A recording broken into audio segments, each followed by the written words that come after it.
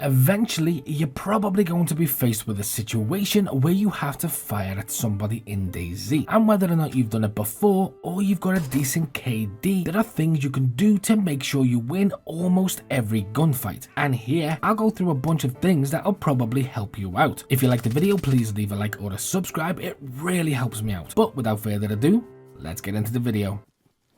Oh. You zigged when you should have zagged.